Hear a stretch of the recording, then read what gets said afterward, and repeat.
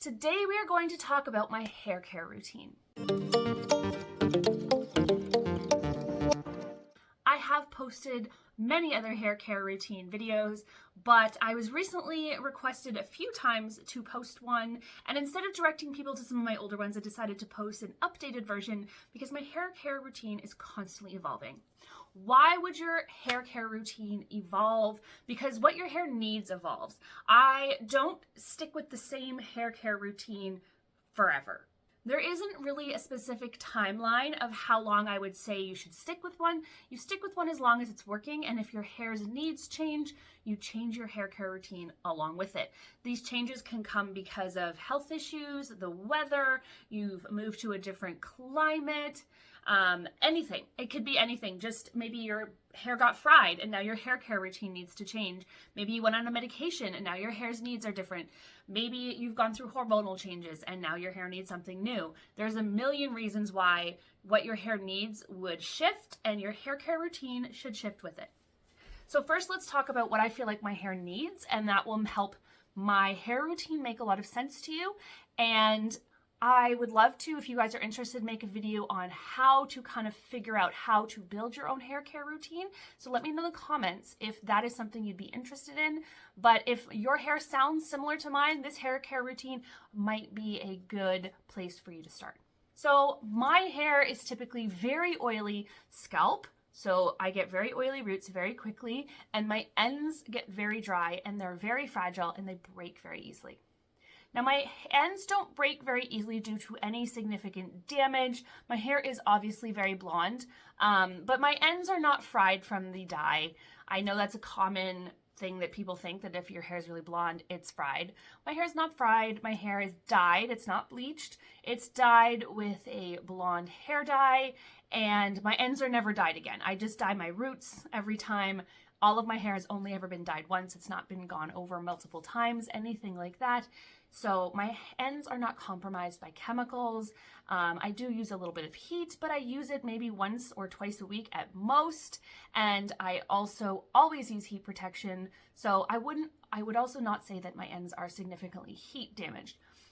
The reason I also am very confident that these things are not causing my hair to break easily is because I have had my hair my entire life, and my hair has always broken very easily, even when I've not dyed it at all. And I have many other clients who have the same hair type.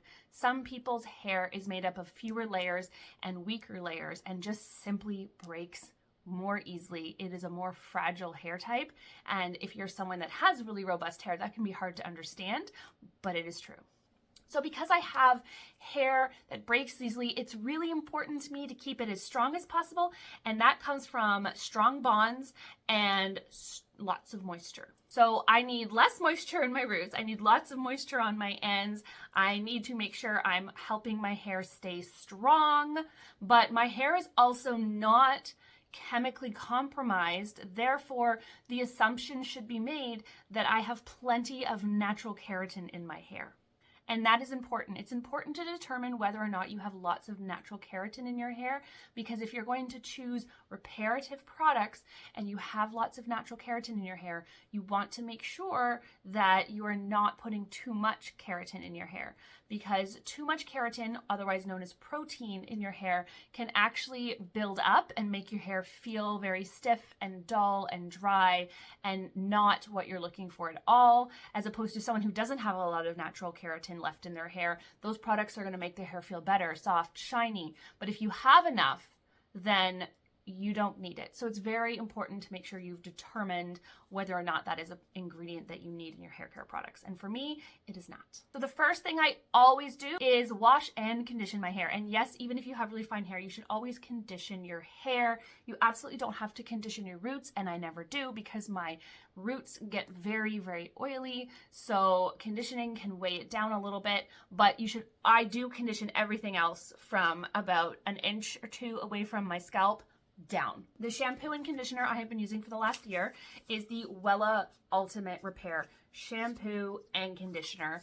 And this is great because it is repairing, strengthening, and moisturizing, but not bonding, meaning it does not have any protein in it. So it is a reparative and strengthening shampoo and conditioner that does not have protein. And a lot of the reparative and A lot of the reparative and strengthening shampoos and conditioners are packed with protein because there's always this assumption if your hair is weak, it's due to a lack of protein, which is not always true. So I really like these ones.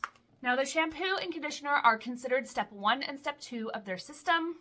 And because of that, I also use their step 3, their Miracle Rescue Spray.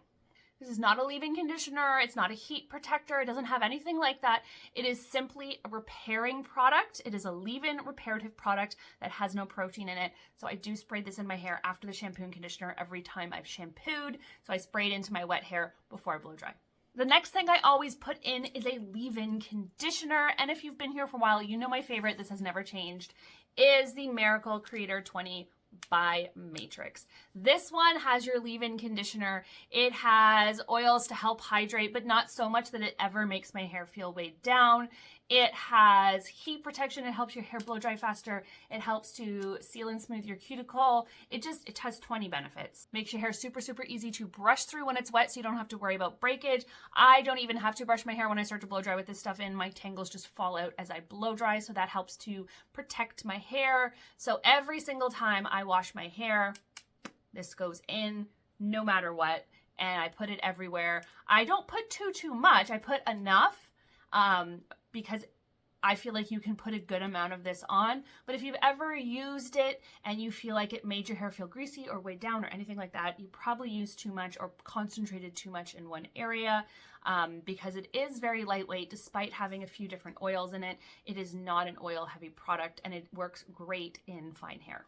To also help with my dry ends, protecting them, strengthening them, all of that, I do use the Wella Ultimate Repair. This is the step 5 of their system. So step 4 is actually their hydrating mask. I don't have that right now because I have a different hydrating mask. I'll probably try it out once I use up the mask that I have, but I don't have that one.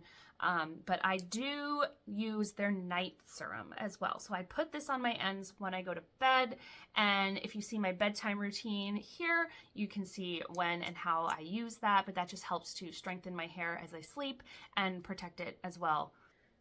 And about every 4th time I wash my hair, I use a hydrating mask. So the hydrating mask I've been using is this Pantene one. It's the gold one. It is the Soothing Recovery Mask for unruly frizz-prone hair. So I don't really have frizz-prone hair, but my ends can get very dry and dull looking. So I like something super rich in a mask for my ends, but I also want something that's not reparative, meaning it has any protein in it.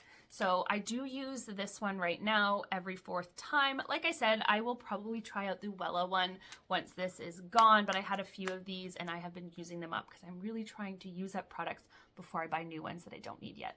And lastly, every 6th time I wash my hair, I do a K18 treatment. So when I do a K18 treatment, I use just my shampoo. I do not condition. I get out, I towel dry my hair, I apply my K18, I wait 4 minutes, and then I apply my leave-in conditioner. And this has also significantly helped to get my hair to get stronger and retain length, therefore feeling like it grows faster. The other thing I do for my hair care routine is my nighttime routine. And again, I linked that video just a couple minutes ago in this video there, so you can go watch that as well. And that has really also helped my hair to stay really healthy and grow back after all of my hair loss.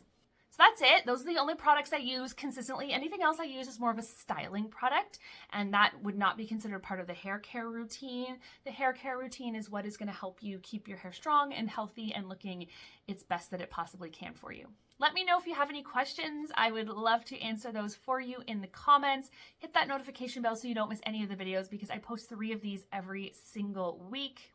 You know I love having you here, and if you haven't already subscribed but you keep checking out my videos, subscribe because we would love to have you as part of the DIY Hair School family. Bye!